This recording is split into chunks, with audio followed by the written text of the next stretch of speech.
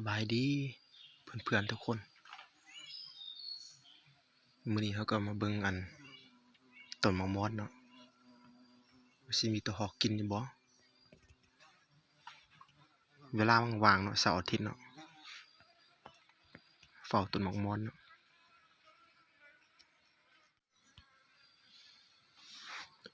นี่เด้อต้นมะม่อนนะนี่เด้อ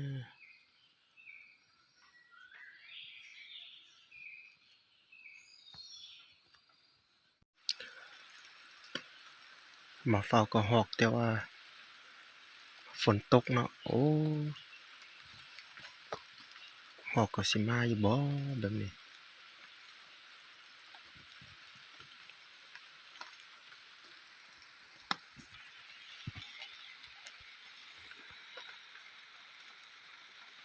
มาก็ยังหลายอยู่เด้เนาะ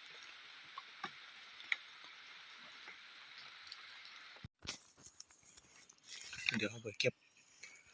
กระไนก่อนเนาะได้กระไนตัวหนึงแล้วเนาะยิงอยู่เทิงหั่นเด้อจอบยิงเอาเนาะ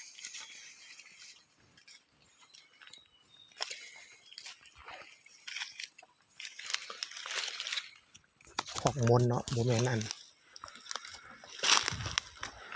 บ่แม่นกระไนเป็นหอกมนเนาะ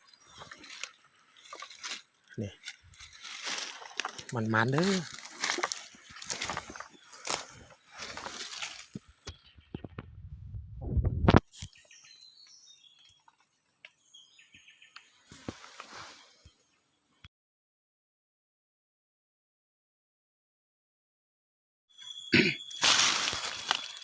ตอนนี้กำลังสิกลับเด้อเก็บได้หอกยิง4ตัวเนาะเก็บได้3แล้วเนาะยังตัวหนึงยิง4 บาทเด้อ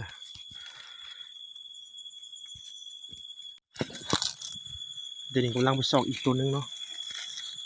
สอกอีกตัวหนึงแล้วก็สอกอีกตัวหนึงจักสิเห็นบ่เห็นเนาะ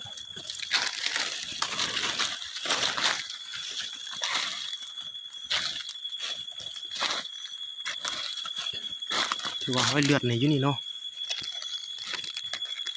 ห้อยเลือด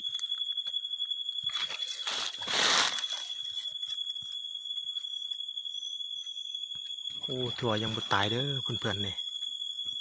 ยังบ่ตายเด้อถึกประมาณ 3-4 ลูกเนาะแต่ว่าบ่ตายเนาะเพื่อนๆทนขนาดเลย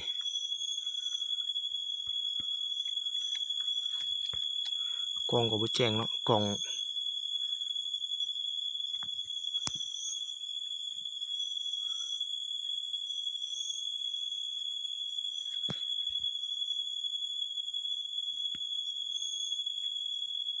บ่ตายเนาะเพื่อนๆโอ้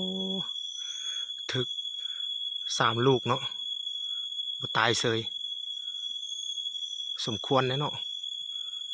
เอาเท่านี้ก็ได้เพื่อนๆจังได๋แล้วก็เอาตอนนี้ก็เก็บกระหอกสำเร็จเนาะก็ได้4โตวเนาะได้แต่กระหอกดำหมดเนาะมักม่อนนี่เฝ้าแล้วก็บ่เข้าจักตัวเนาะมักม่อนเนาะมีแต่อันมาแล้วก็มาเฝ้าอันมังเฮียนเนาะมังเฮียนเสียดายเด้อหาก็มาเห็นเนาะตอนหัวแรงเนาะค่ำๆเนาะมืดๆแล้วก็พอดีมาเจอต้นหมากเนาะเห็นมันกินอยู่เนาะก็เลยได้แต่4ตัว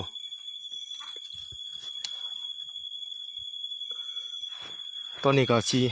เตรียมกลับแล้วเนาะขอบใจหลายๆที่คนเข้ามาเบิ่งจนจบเนาะเอาแล้วเพื่อนๆมาที่กี้แล้วก็พอดียิงได้ตัวยังหูเนาะขึ้นไปเบิ่งก่อนมันตัวยังหูยิงได้อยู่เทิงหูเนาะเดี๋ยวไปเบิ่งกันว่าตัวยังเนาะ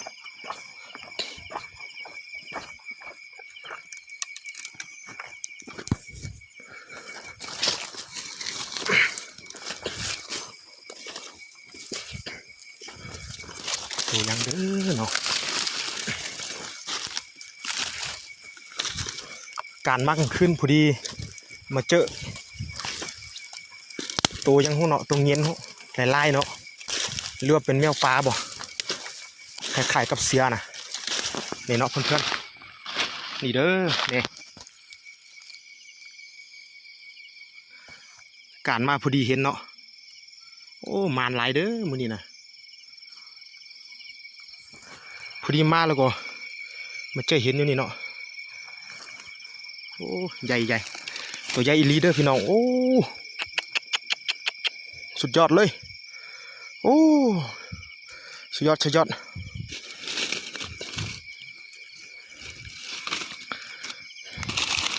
ใหญ่เติบเนาะพี่เพื่อนๆเนาะโอ้ไข่คือเสือเด้อนี่ลูกโดดใส่โอ้คักมันการไปบางทีอาจจะเห็นอีกเนาะ